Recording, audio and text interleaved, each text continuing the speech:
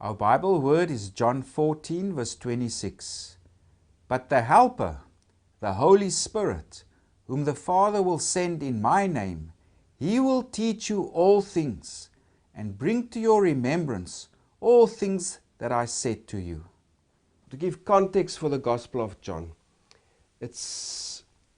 we appear to be having here a Jewish Christian community that's in conflict with the Jewish community at large, who has kicked them out of the synagogue. And so most scholars would date the Gospel of John to the 90s, the end of the 1st century, and it's based on the eyewitness testimony of the beloved disciple. And his community was also referred to as the Johannine community, because the Johannine literature of the New Testament. For example, the Gospel of John, the 1st, 2nd, and 3rd epistles of John, also the book of Revelation, that's referred to as Johannine literature. And because they carry similar language, theological themes, there's a similarity to them. And this Johannine community, which was probably headed by the beloved disciple at some stage, is probably situated in Asia Minor, maybe even in Ephesus. And there they were expelled from the synagogue, or they were excluded from the Jewish community. There are several passages in the Gospel of John where it says that they were expelled from the synagogue, where Jesus also warns them in the farewell discourse. They will kick you out of the synagogue. They will even kill you. And probably what happened also is that around this time, there was this prayer that the Jews prayed at the time. It's called the 𝐸𝐻𝐻𝐻. And this prayer, it's also called the Tefillah or the Amida. It had 18 benedictions. And the 12th benediction was called the Birchat HaMinim, or the benediction against the heretics. And this benediction was modified towards the end of the 1st century, probably under the leadership of Rabbi Gamaliel II, around 85 AD. This is now after the time of the destruction of the Jerusalem temple, and now the priesthood is gone, the temple is gone, so now the Pharisees and other leading Jewish scholars, etc., came together, and they began to assert their spiritual authority or religious authority over the Jewish people. And this reconstitution of Judaism, it started here in Yamnia. It's somewhere on the coast of Palestine, around the year 85 AD. Many Pharisees and other sages and probably even priests came together, and they reconstituted the leadership for the Jewish people. It was probably around this time that this 12th benediction was modified, also to curse heretics, but also including Christians. And it reads something as follows: "And for apostates let there be no hope, and may the insolent kingdom be quickly uprooted in our days. And may the Nazarenes," that's a references to the followers of Jesus, "and the heretics perish quickly, and may they be erased from the book of life."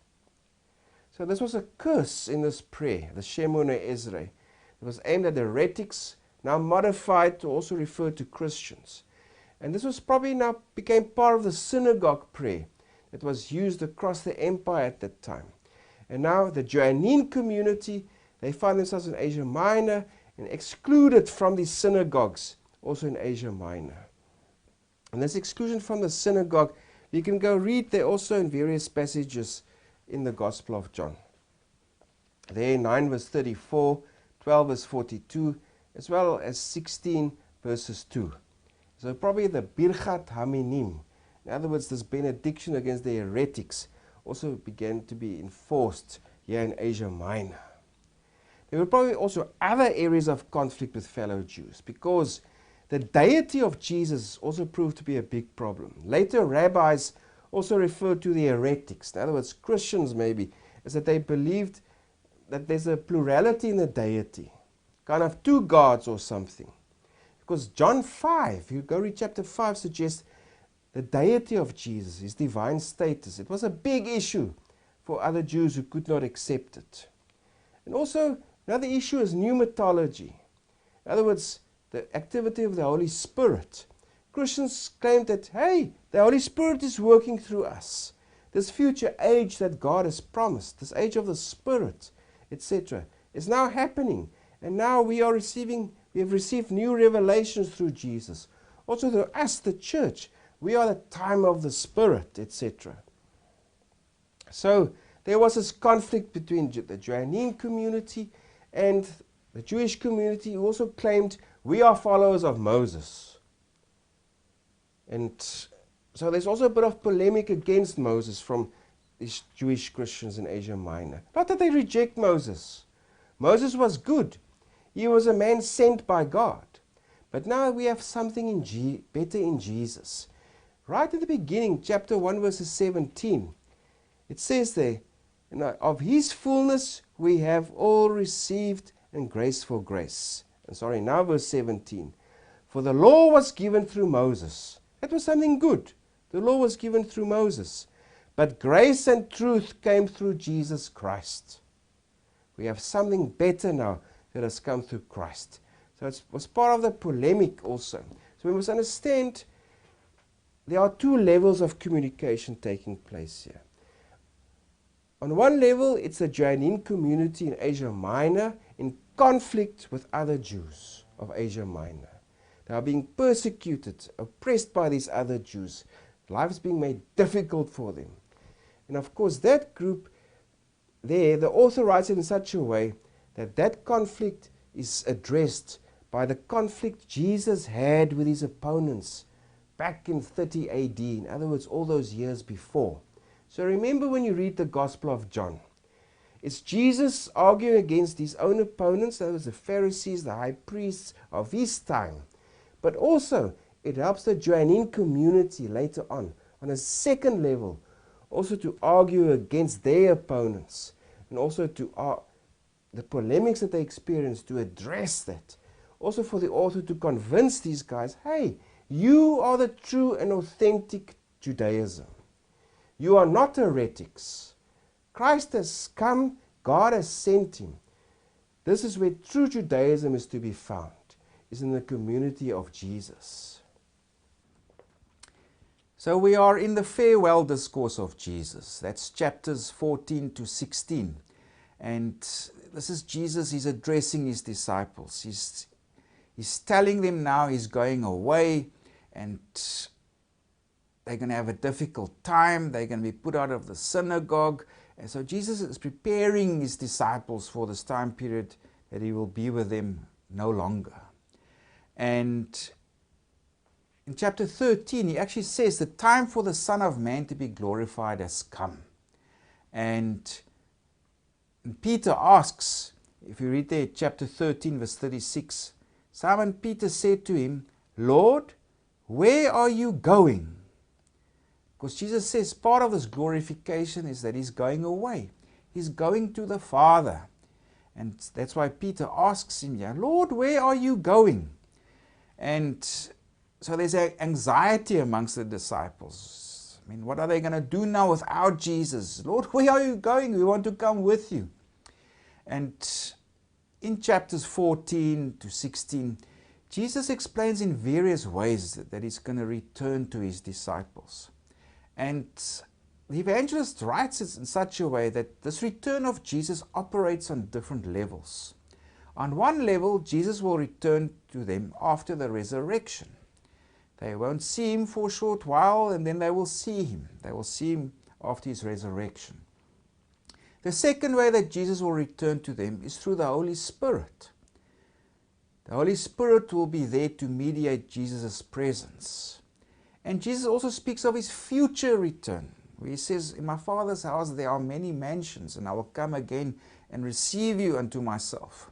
So through this discourse, the evangelist, typically, his writing and his theology, it operates on various levels. So Jesus is here variously speaking of, he will come back to his disciples after his resurrection. He'll come back to them through the resurrection, and he will come back to them also in the future when he's prepared that place. And it's also here in this farewell discourse where Jesus introduces the Spirit as the Paraclete. And the Paraclete can mean helper, it can mean counselor or advocate. It refers to this intercessory figure that will mediate on your behalf. He either come to your defense or he'll come to prosecute those who are against you, etc. So this is quite a unique feature of John's Gospel. The Holy Spirit is approached as the Paraclete. And there are three main passages or areas where Jesus speaks of the Paraclete. That's in chapter 14, verses 16 to 17, and also verse 26. Also in chapter 15, verses 26 to 27, and also chapter 16, verses 7 to 11. And this Paraclete, or this counselor, this helper or advocate, it's actually another Paraclete. In other words, another helper or another advocate who will act in Jesus' place and who will mediate his presence. So if you read about this helper or advocate, etc., it's like another Jesus. But it's not Jesus. It's the Holy Spirit.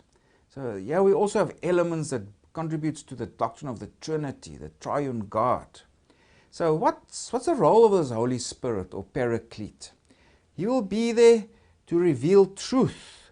He will be a teacher, and he will testify of Jesus.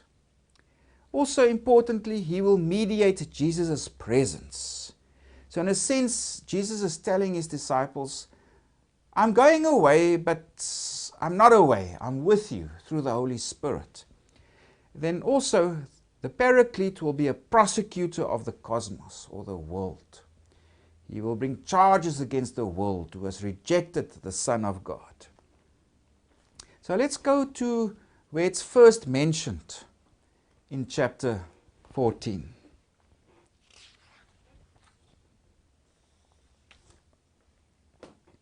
If we go there to verse 15.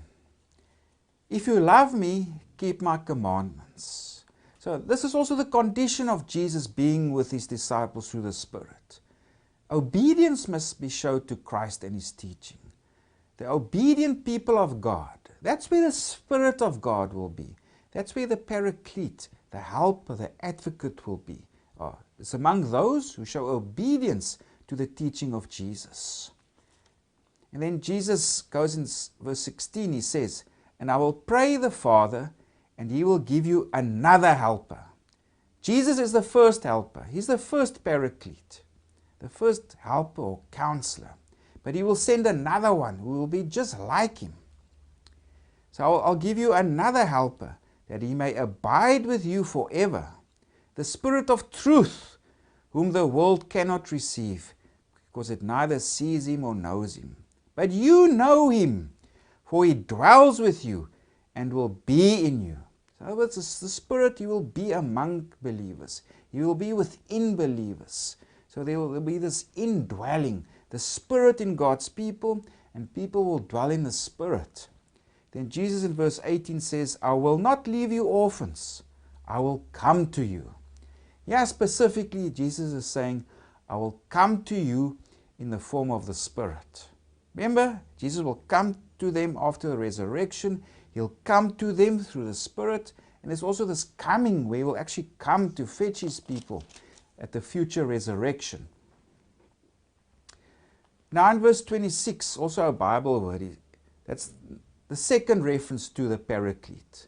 But the Helper, or the Paraclete, the Holy Spirit, whom the Father will send in my name, he will teach you all things, and bring to your remembrance all things that I said to you.